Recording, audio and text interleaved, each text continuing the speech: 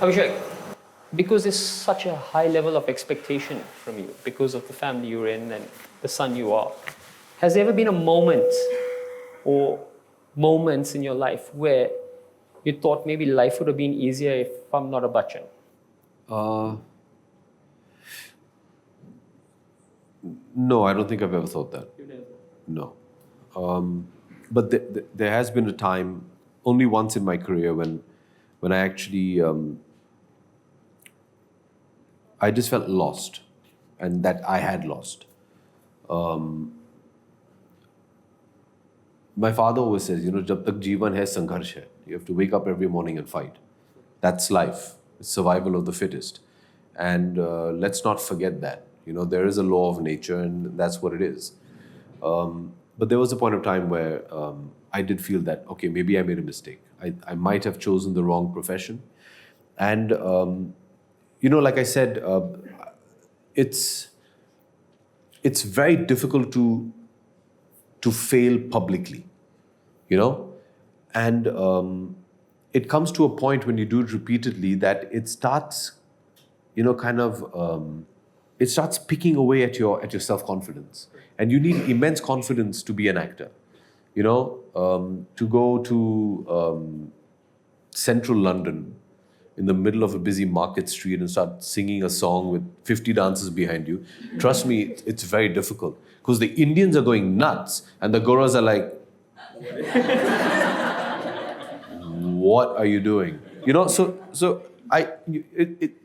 need a lot of confidence to go out and do, what we do.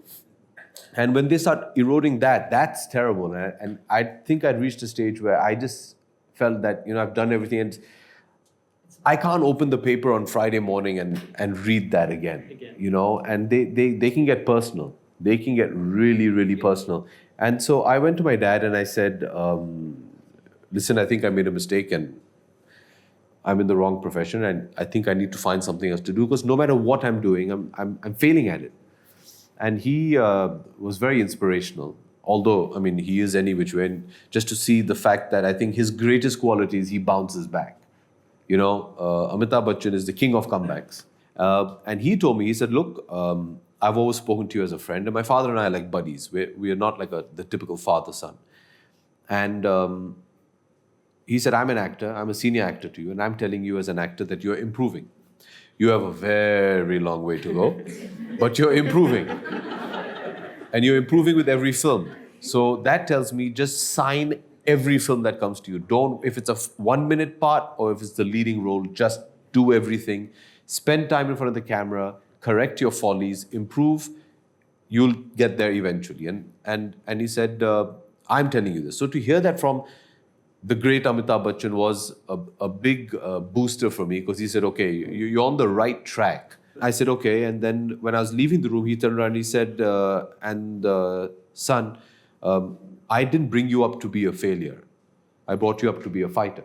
Amazing. So remember that. And that was it. Serendipity. Mr. Mani Ratnam, who's a very celebrated director, approached me the very next day for a movie called Yuva, which when it released just turned my career around. And I never forget that night because, I think I was emotionally very, very low and you just need somebody there, not necessarily to pick you up, but just to, give you a supporting hand and sometimes that's all you need. That's amazing. Your dad was not just inspired you, he inspires people outside the film industry as well. And I know this personally because when I used to walk into the gym to train him, I was going through probably the worst time in my life. And I told him, it was quite funny. I told him, I'm a little down because I think I'm going to lose my company. Yeah. And he's like, if I can lose mine at 60 and you're all right at 30.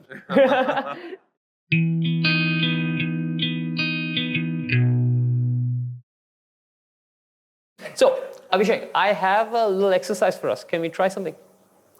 Please. Right. If you've ever trained with Shayamal, you don't want to do physical exercise with him. I walked into my gym one day, he's training with my dad, and I'll never forget this visual. There's Shayamal, and then there's Amitabh Bachchan, and they're both on one leg, with the eyes shut, throwing tennis balls at each other. I'm like, what are you all doing? I've got this. We're going to play Pictionary? Something like a Pictionary. Okay. So I'm going to ask you to draw some shapes. Why are you putting me in pressure? So yeah, so I need you to draw a square. Okay, now draw a circle. I can draw a square. I'm just... Yes, actors are educated. Now a circle. Oh, God. That's it. Good. Now a triangle. Wherever you want to. Okay. Now a rectangle. I'm dyslexic, you know that, right? I do know that. My mind is going nuts right now. By the way, in olden India, 70s and 80s and 90s kids, it's called an oblong, by the way. An oblong. Yes. I didn't know that. Yeah, see, you learn something new every day. And now I want you to draw something that doesn't have a shape, like either a squiggly line or an amoeba or something like that. Oh, very nice. So, Abhishek, this is amazing. I'm just going to explain to you what this is, right?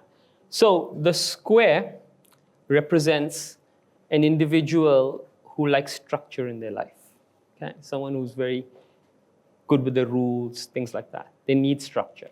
The circle represents somebody who is a very people's person, very people-orientated, and this is coming from your subconscious. The triangle represents somebody who is a leader, likes to give direction more than anything else. The rectangle represents someone whose energy is in transition. Okay, so you're transitioning. The squiggly line represents someone who's creative and very free-thinking. So if we have a look at this and what you've drawn, and these shapes, it's called psychogeometrics, and it taps into the subconscious mind. So what we're seeing here is that you obviously are extremely, extremely creative, and you see yourself as extremely creative, and that's keeping. But it also, the second dominant image in that is a rectangle. And the rectangle is telling us that, your energy is in transitioning, which means that you're doing something, you're happy doing it, but you're questioning whether what to do next or if what you're doing is the right thing, right? The other things are interesting in that you like structure, right? You like leadership. You like a good circle of friends, and in no particular order, they all are similar, which means that if you need to play a subservient role in a film, you're happy to do that, But the most important thing is, irrespective of where you are and what you're doing, you respond best if the system is set and you have good structures and you're given good, clear directions, you do that. So what do you think? Is it correct? Absolutely. Absolutely.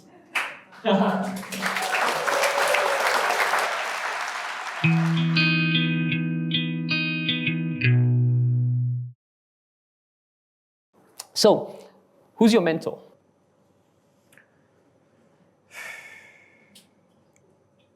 My dad. Your dad? Yeah. Somehow I thought you were going to say that. How is it that you still see him as your mentor when we generally end up taking the people closest to us, no matter how good they are, for granted, and most people don't learn from them? That's a good question. When I was growing up, obviously we lived in the same house, but when I was a child, there'd be possibly weeks that I wouldn't get to see him because he'd come back from work after I'd gone to bed and leave before I woke up. Yeah. And there was a weird balance. At home, he was dad, so he was my father, he was my friend. And we also shared him with the world, which was his film personality. Yeah. And I grew up being a huge fan of his as well. So I watched only his films and maybe a handful of other films at that time. So I think there was always this balance between him, the actor, and him, the father. As I grew older, I think in my teenage formative years is when him, the father, kind of became more dominant to him, the actor, because he had kind of taken a sabbatical. Yeah. And he used to spend a lot of time with us as children, my sister and I. I have an elder sister. And then once he started working again, that's when I was kind of transitioning from being a student to being a film actor. So then that balance came back again. But for us, it's it's been very easy to switch between our personal life with him and our professional life with him. So I think maybe that's why, although as dad you can take him for granted, but then as an actor you don't, because you look up to him, you idolize him. So I think that's possibly why, although I spend a fair amount of time with him, I don't take him for granted. Also, he has a really booming voice, and when you're a kid and suddenly your dad says, Abhishek, you're done. Has he ever disappointed you?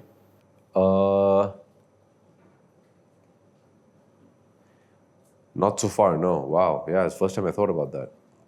Like I said, I've always taken inspiration in the way he always came back. And as a son, he always let me know what was going on. He never shielded anything from me. Yeah. And I think that's a wonderful parenting tip, no matter what was going on in his life, if there was some sort of scandal that he was falsely accused of, he'd sit the family down and say, there was this huge scandal that went out in the 80s about Bofors. And I remember he sat us down, and I must have been 9, 10. And he explained everything, and he said, they've wrongly put my name, and I'm going to retire from politics, and I'm going to fight this, and I'm going to clear my name, because it's not my name, it's my father's name. And it was all there, and we were like, cool, just get on with it, So nothing came as this big shock to us. We were always prepared for everything. And I think just to see the way he used to respond to everything negative was always inspiring. So he hasn't disappointed me till date. Like I say, every day you find something new about him that just inspires you.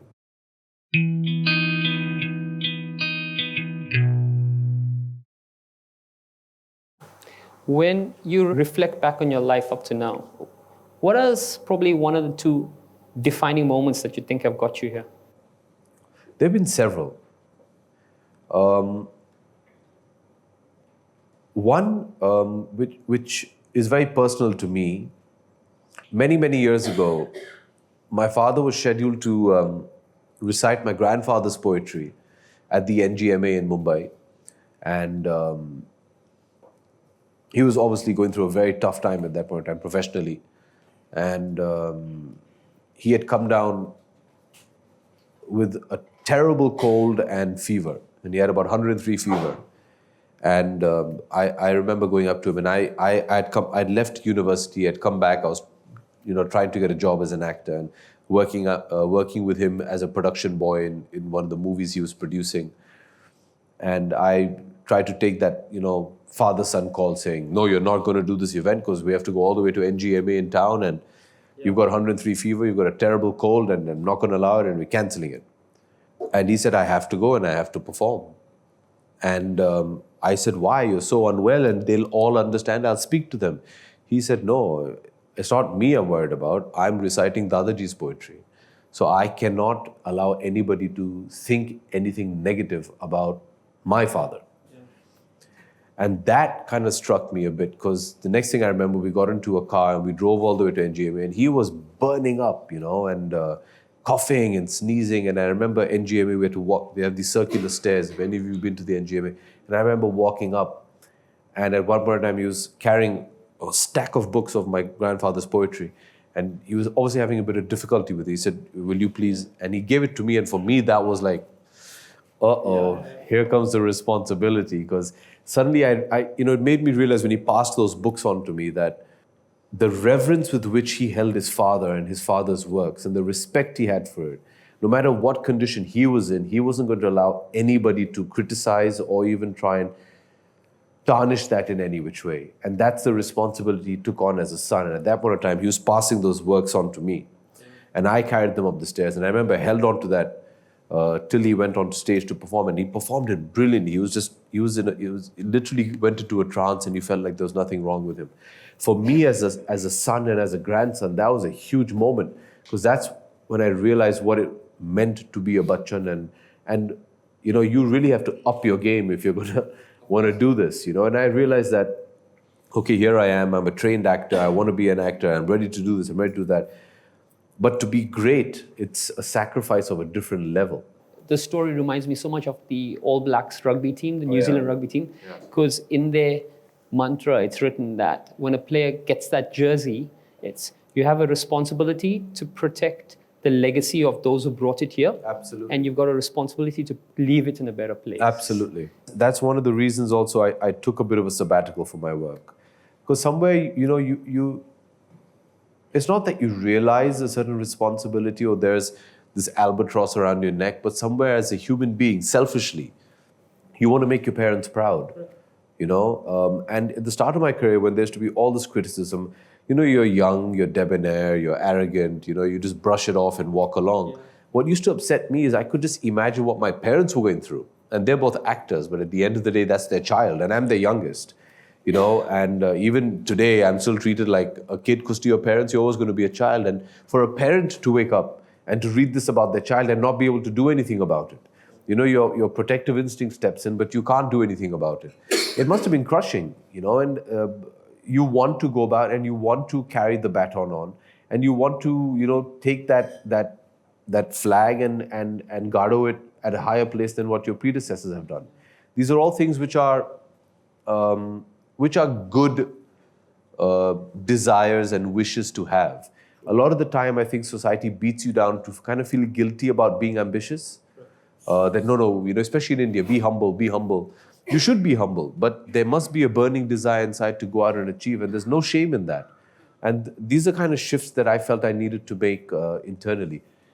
Hence the transition.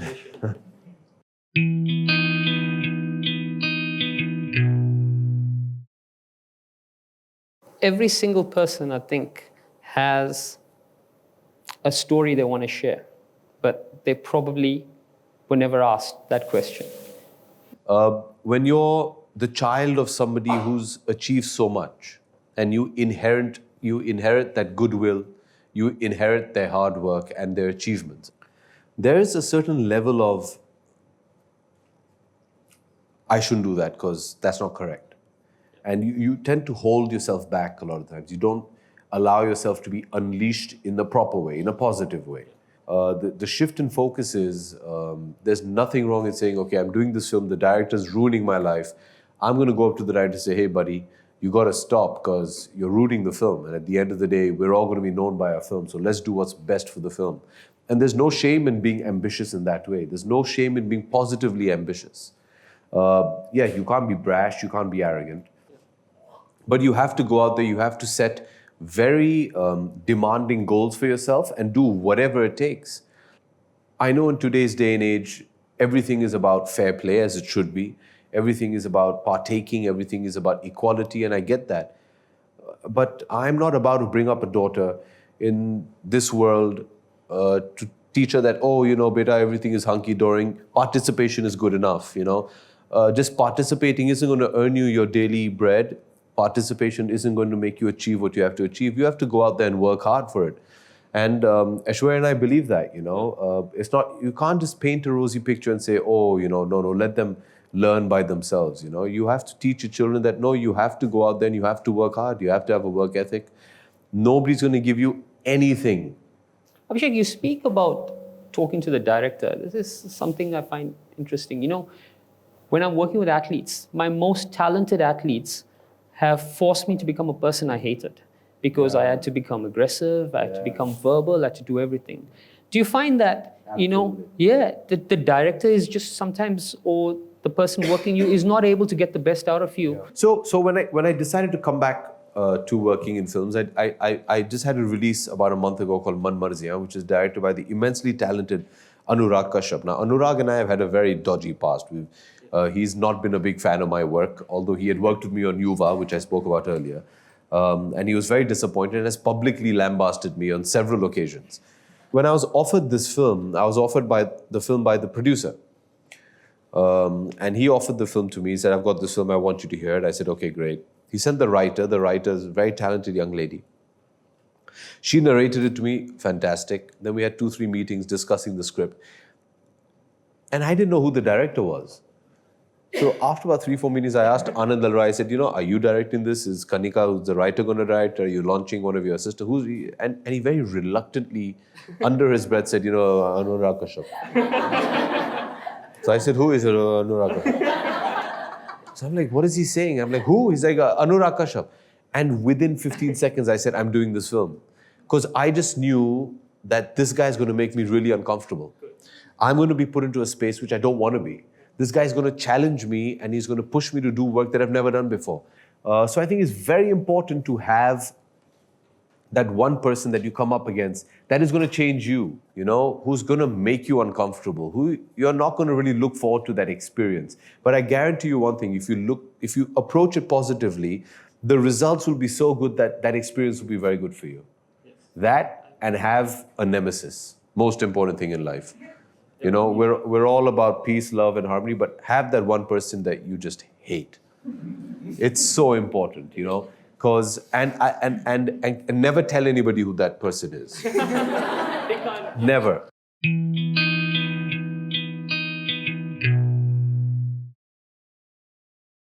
You mentioned about being a father. So who's the good cop and who's the bad cop between you and I? I'm the good cop. You're the good cop? I can't say no to her. I try. But yeah, we're pretty good at it. Yeah, she's mama's little girl right now. So they say daughters and fathers. So I give her Shwari. I'm like, she's coming this side any which way. So you have fun. But thankfully, my daughter is not demanding. I was just telling somebody, her report card came and she did really well. So I was so happy and proud, which is, for any parent, your child gets straight A's and you're really happy. And I said, I want to get you a present. What do you want? And she asked for a slice of pizza. Slice of pizza. Slice of pizza. Just maintain this. Even when you're 17, 18, slice of pizza. Slice. Good. Don't go anywhere near Tiffany's. She is where you were maybe 27 years ago. 27, 28 No, I years think ago. she's going to have it a lot tougher than I did. Yeah? Yeah. I mean, I only had to contend with my parents. I mean, she's got to contend with her parents and then her parents' parents. Yeah. So sadly, she's going to have a tough time. But I think she's a very strong little girl for a 6-year-old. I think the two most important things a parent can give their child is dignity and security, emotional security. They have to feel loved and give them dignity. The one thing Aishwarya and I have been very conscious of is don't ever strip them of their dignity. They might not understand the concept of dignity, but that's something that really fashions you as a human being as you grow older. What's the one thing that you're most proud of in your entire journey, coming up to now? Wow. I think possibly the fact that regardless of when that moment happened, that there's a certain clarity of thought, there's a vision to what you want your life to be. I think in my earlier life, as is normal and it should be, let children just dream and have fun, but then once you start becoming a professional, to have a goal, to have a strategy is very important. To see your life in that, to see what is the destination you want to end up on. I think getting that clarity is very important, and I'm happy I did it now than later. A lot of the time we get so caught up in the hustle and bustle of life. Waking up in the morning, getting ready, going to work, working really hard, coming back, socializing if that's what you have to do, or you just lead, work. And we tend to kind of forget that what do we want out of all of this? We very, very seldom do we sit down and ask ourselves that question. What do we want and how am I going to achieve it? What am I willing to do to achieve it? But also, very importantly, what am I definitely not going to do to achieve what I want to achieve?